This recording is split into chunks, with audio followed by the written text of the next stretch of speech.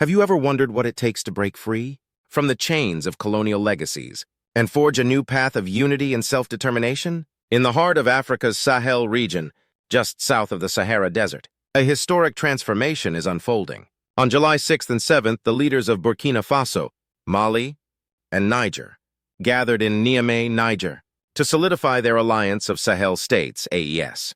This summit marked the official formation of the Confederation of the AES, a bold step towards a future of regional cooperation and independence. The journey to this point has been anything but hasty. Since 2023, these leaders and their associates have held numerous meetings in Bamako, Niamey, and Ouagadougou. In May 2024, the foreign ministers of the three countries convened in Niamey to hammer out the details of the Confederation. Following a pivotal meeting with General Abdourahmane Tiani of Niger, Mali's Foreign Minister Abdoulaye Diop proclaimed, "We can consider very clearly today that the Confederation of the Alliance of Sahel States is born. The roots of this confederation run deep, tracing back to the Pan-African sentiments that fueled anti-colonial movements in the Sahel over 60 years ago. The African Democratic Rally, formed in 1946 by Félix Houphouët-Boigny, and the Sawaba Party in Niger, formed in 1954 by Djibo Bakary, are key milestones in this historical journey. In 1956, Bakary boldly declared that France, the old colonial ruler, needed to acknowledge that the overwhelming majority of the people wanted their interests served, not exploited for luxury and power. Bakary emphasized the importance of Africans solving their problems independently, always considering their unique African realities. However, the promise of that earlier generation was not fully realized, primarily due to France's continued interventions, which stifled political sovereignty and tightened its grip on the monetary policies of the Sahel. Despite these challenges, leaders, even those tied to Paris, persisted in building platforms for regional integration. The Liptako-Gourma Authority, established in 1970 to develop the energy and agricultural resources of the three countries, is one such example. The current drive for deeper integration in the Sahel stems from a deep-seated frustration with various problems, largely associated with French interventions. These issues include the rise of al-Qaeda militancy, exacerbated by NATO's destruction of Libya in 2011, the failure of French military interventions to quell this militancy, civilian casualties resulting from French and U.S. military operations, the exploitation of financial transactions by the French exchequer, and the manipulation of anti-terrorist rhetoric to create an anti-migration infrastructure benefiting Europe more than Africa. These frustrations led to 5 coups in the three countries since 2020. The leaders of these countries, all products of these coups, have drawn in civilian leaders to support them. What unites them personally is that 2 of them are very young. Assimi Goïta of Mali was born in 1983, while Ibrahim Traoré of Burkina Faso was born in 1988. All of them have military backgrounds and share a common frustration with French interference, which resonates deeply with their populations. None of them have any patience for the pro-Western stability politics of the Economic Community of West African States, ECOWAS. In January 2024, the AES states announced they would not seek to rejoin ECOWAS following their expulsions in recent years. The AES leaders stated that ECOWAS, under the influence of foreign powers and betraying its founding principles, had become a threat to member states and their peoples. ECOWAS, founded in 1975 as part of the Pan-African movement and closely associated with the Organization of African States, OAS, expelled the 3 Sahel countries due to the military coups, despite its own origins in military rule by several generals, such as Nigeria's Yakubu Gowon, Togo's Gnassingbé Ayadima, and Ghana's Ignatius Kutu Achiampong. At the founding of ECOWAS, General Achiampong emphasized the community's purpose to remove centuries of division and artificial barriers imposed on West Africa from outside, and to recreate together the kind of homogeneous society which existed before the colonialists invaded our shores.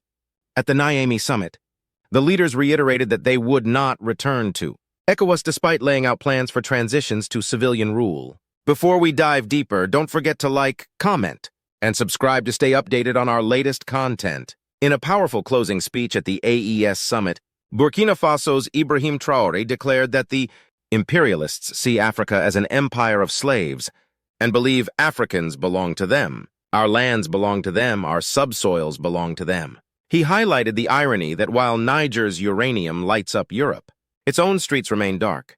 Traore emphasized that this must change. At the summit, agreements were made to allow for the free movement of people and goods, create a stabilization fund to replace dependence on the International Monetary Fund, and develop an investment bank rather than relying on the World Bank. In February 2024, the UN Development Program, UNDP, released the Sahel Human Development Report 2023, highlighting the immense wealth of the region. Alongside the poverty of its people, the Sahel countries are rich in reserves of gold, uranium, lithium, and diamonds. Yet Western multinational mining companies have been siphoning off the profits through illicit accounting practices. The UNDP report noted that the Sahel has one of the world's highest solar production capacities, 13.9 billion kWh compared to the total global consumption of 20 billion kWh. The World Economic Forum also pointed out that the region could earn hundreds of billions of dollars from exporting health foods produced in the Great Green Wall, which runs from Senegal to Ethiopia, including balanites, baobab, moringa, and shea. These represent untapped potentials for the region's people.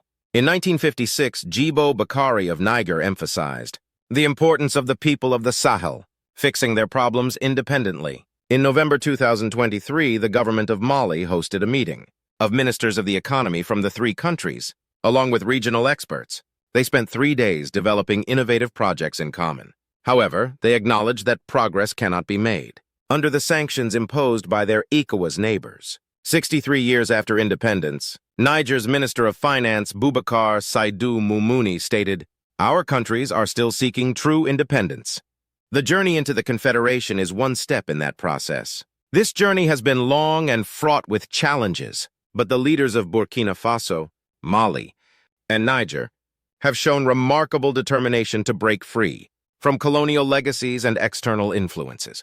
The creation of the Confederation of the AES is a significant milestone in this journey, symbolizing a renewed commitment to Pan-African unity and self-determination. One of the most critical aspects of this new confederation is its emphasis on economic independence and self-sufficiency. By creating a stabilization fund and an investment bank, the AES aims to reduce its reliance on international financial institutions, like the IMF and the World Bank, which have often imposed stringent conditions on borrowing countries. This move is expected to foster greater economic stability and growth in the region, allowing the Sahel countries to leverage their vast natural resources for the benefit of their people. The emphasis on the free movement of people and goods within the Confederation is another vital aspect. This policy is expected to enhance regional integration, boost trade, and create new opportunities for businesses and entrepreneurs. It also aligns with the broader vision of Pan-Africanism, which seeks to transcend artificial borders and foster a sense of unity and solidarity among African nations. The leadership of the AES is acutely aware of the challenges that lie ahead. The region continues to grapple with security threats, including militant insurgencies and organized crime. However, the leaders have expressed their commitment to addressing these challenges through collective action and cooperation. By pooling their resources and expertise, the AES countries hope to develop more effective strategies to combat these threats and ensure the safety and well-being of their citizens. At the same time, the AES is committed to fostering sustainable development and environmental stewardship. The region's immense solar energy potential and the rich biodiversity of the Great Green Wall present significant opportunities for sustainable economic development. The AES plans to harness these resources responsibly, ensuring that development projects are environmentally sustainable and benefit local communities. As the Confederation of the AES embarks on this new chapter, it faces a delicate balancing act. On the one hand, it must assert its independence and resist external pressures that seek to undermine its sovereignty. On the other hand, it must engage constructively with the international community, seeking partnerships and collaborations that align with its developmental goals and values. The journey of the AES is a testament to the enduring spirit of resilience and determination that characterizes the people of the Sahel.